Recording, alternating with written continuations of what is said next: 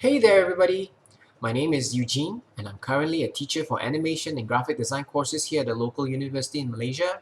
Now, I will not be providing sadly any files for you for this tutorial because it's pretty simple tutorial. It's not really a tutorial but just an informational video to tell you about how to organize your files for a After Effects animation project. Okay, so now whenever you have a project, it of course starts with a script. Now I'm using a little project that I'm doing with a NGO, a non-profit organization here for a an infographic video on sexual gender-based violence. All right, I'm very thankful that they actually included me in this project.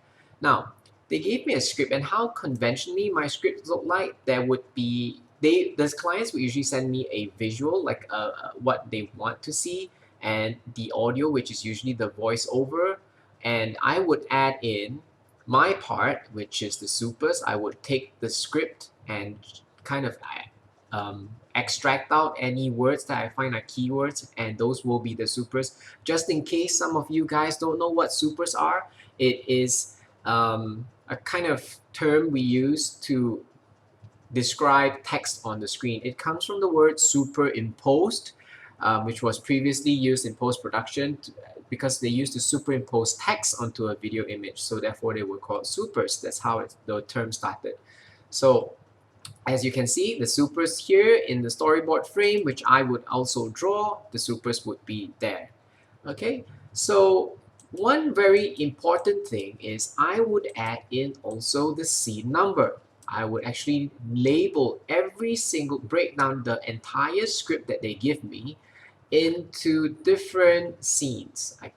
You can name them whatever you want. You can, how you want to break them up is entirely up to you. Usually I would give it a new running numerical number whenever the visual changes significantly. For example, like this is when 1A and 1B, 1A is basically the globe and then it zooms into 1B. So I give it 1B because the camera angle changes slightly.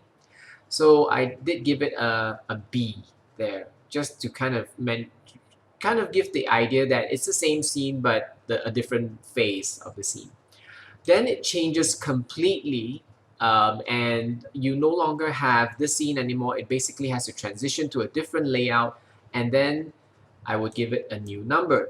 Now, why is this number important? Because all of the things that you're going to prepare after that has to be named like this. All right, because you can't be naming the scene after names that are, I don't know, you can't be naming it the harm hurt scene, or this one big looming figure scene, break big glass fragment scene. It's going to be so hard for you to actually keep track of the work that is being done. So it's always good to just give it a numerical number. That way it's a lot more easier to organize your files. So as you can see, this whole script has about, in total, 13 scenes, but it's not really exactly 13 because they have sub scenes as well. So sometimes you can name them with ABC, or another naming convention could be, for example, if you are doing an animated short film, you could name it scene. Let's say you have one scene, say scene 01, okay, and then you've got shot 02, for example. So within one scene, there would be many shots, all right? And why do I usually put a 0 there? It's because when you organize your file in a folder, it would arrange it very nicely like this. If you had named this, for example, scene 1 without the 0 in front, what would happen is, or something like this, scene 2, what would happen is, oops, I've accidentally double-clicked it and opened the Illustrator file.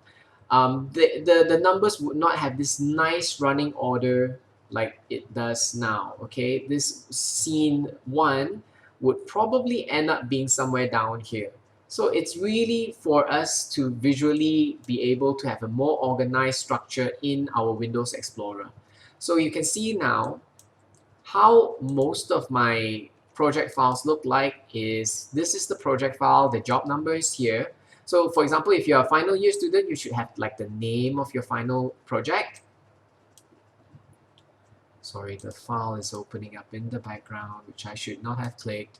Okay, so coming back to this, I usually have with every job that I make, 01 documents and materials. Now what is this? Usually the file, invoices for the job, reference materials that the clients give you, logos that they give you, and then you have 02, which is all the PSD and Photoshop files.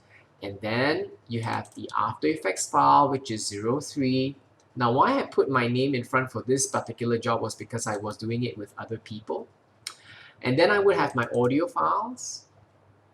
And even the audio files, if you notice, they were segmented and cut up according to the scene number. And then the final output.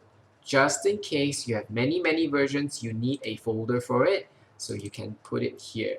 Okay, all right, and we had to give our clients deliverables, therefore we had these folders as well. So you can see why, and when you look at our files, if let's just take for instance, I've got a scene opened up already. Which one is it? It's the one that, okay, so look at this. Scene 11B is where we have a couple and the glass breaks because of abusive relationship. So this is 11B. I've labeled it.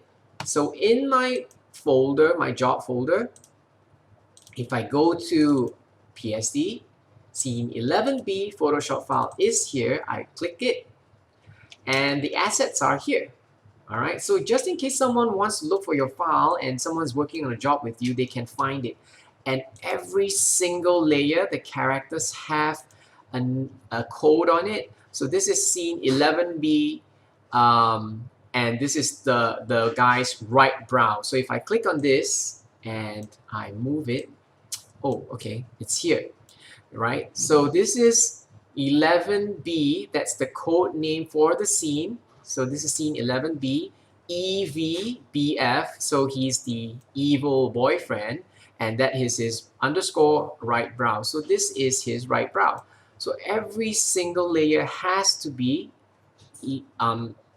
labeled correctly and in a lot of detail, because you don't want a colleague of yours opening up a file and finding everything being called layer 1, layer 2, layer 3. They do not know what in the world every single layer is, and they need to figure it out. Okay, so when you go to your After Effects file, you will notice that the way I also structure my After Effects file is the same. So I've got 01, all of my Photoshop files are labeled, are all categorized according to the folders, and so are the compositions. Then all of these compositions will culminate into one final composition that has all the scenes in it. So you can see that the numbers that you started off with on your script goes on into your asset creation and then goes into the final scene in the project file as well. Okay, the reason why I wanted you guys to know this and learn this is because if you don't label your files properly and you do not create a naming convention, you will find that you will start losing files, you start missing files, and get a little bit confused when you're doing your project, which oftentimes has many scenes and maybe even hundreds, if not thousands of assets in a single project. So it is always good to create some structure whenever you're starting a project. Okay, so this is just a short informational video on how to keep your files and all of your assets organized. Now, for more videos on motion graphics and with Adobe After Effects or illustration methods using Adobe Photoshop and Illustrator, please click on the subscribe button, and also do follow me on Instagram if you're interested in my artwork at eugenosaurus.fu.